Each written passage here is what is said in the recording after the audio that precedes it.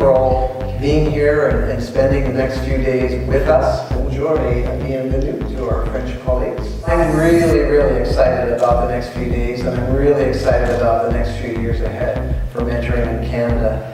We are ready, big brothers, big sisters, and taking mentoring across Canada to the next level of visibility, the next level of impact, the next level of leadership. And we're going to move from sustainability to thrivability, because it really is about having youth mentoring thriving in this country as we all work together moving forward. We exist to help people get out of that day-to-day, dream a little bit, and then say, you go back to the day-to-day and we're going to hold on to your dreams and your vision and try to push them. So that young people are not faced with isolation and disconnection. They're faced with unconditional love, opportunity, and the oxygen of human life, human productivity, human fulfillment, and everything so many of us in this room sort of count our blessings for having every day. Don't dim your light, don't hide your heart. Go show the world just exactly who you are. Stand tall, live out loud.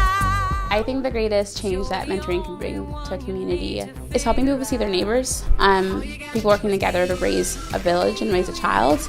We want to grow this into something much bigger than us. We want to incorporate different agencies with Big Brothers and Big Sisters. We want to increase the youth involvement. We're already considered one of the best volunteering agencies.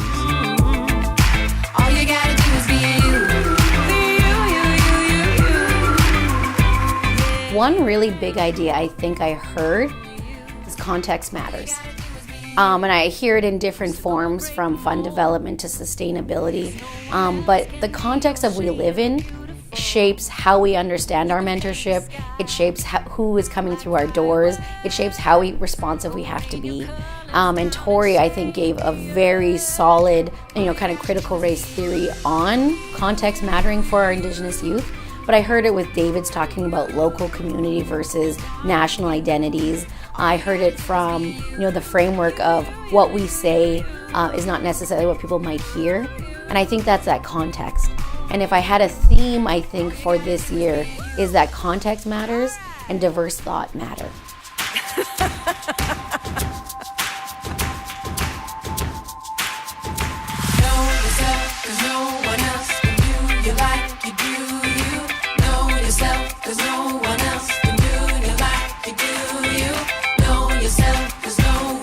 I can't now imagine a convention without youth delegates. And so isn't that a shift, right? In terms of we've gotten used to talking to each other as adults and interacting and figuring out the way the world would work. And so I see the youth delegation being a positive in just so many ways. Not only do they have fresh and interesting and exciting ideas, but as importantly, they're the young people that we need to lead in the work we're doing. And if we think about who's mentoring in Canada, right, 75% of all mentors are under the age of 30. So I can't imagine doing this again without young people playing the kind of pivotal role that young people played in 2017. After attending various workshops, especially the one about amplifying our voice, I think we need to talk about mentoring in a different way. It seems like all speakers gathered around the same theme. It is time to talk differently about mentoring. I think we need to talk about it by positioning ourselves as experts, and talk about the impact it has on youth, beyond it being just a nice thing to have. We must talk about mentoring as something truly impactful. We must tell our story without being too self-centered, and talk about the impact of mentoring as a whole. I was absolutely blown away by the Youth Inclusion at Convention. I think, if anything, that was probably the most powerful, eye-opening experience of the conference, was having the youth there, not only there, but playing an important role, putting them at the table with everybody else, and giving them a chance to voice their opinions, because not only is it relevant to what we do, but they can offer so much and we can learn so much from them that, you know, you could just never expect. I think I was really, really surprised by how well spoken and how they had such big dreams. You know, like they not only dream big, but they know how to get us there, and I think that that is huge. A great idea at the convention. I would say the convention itself. The new format was amazing.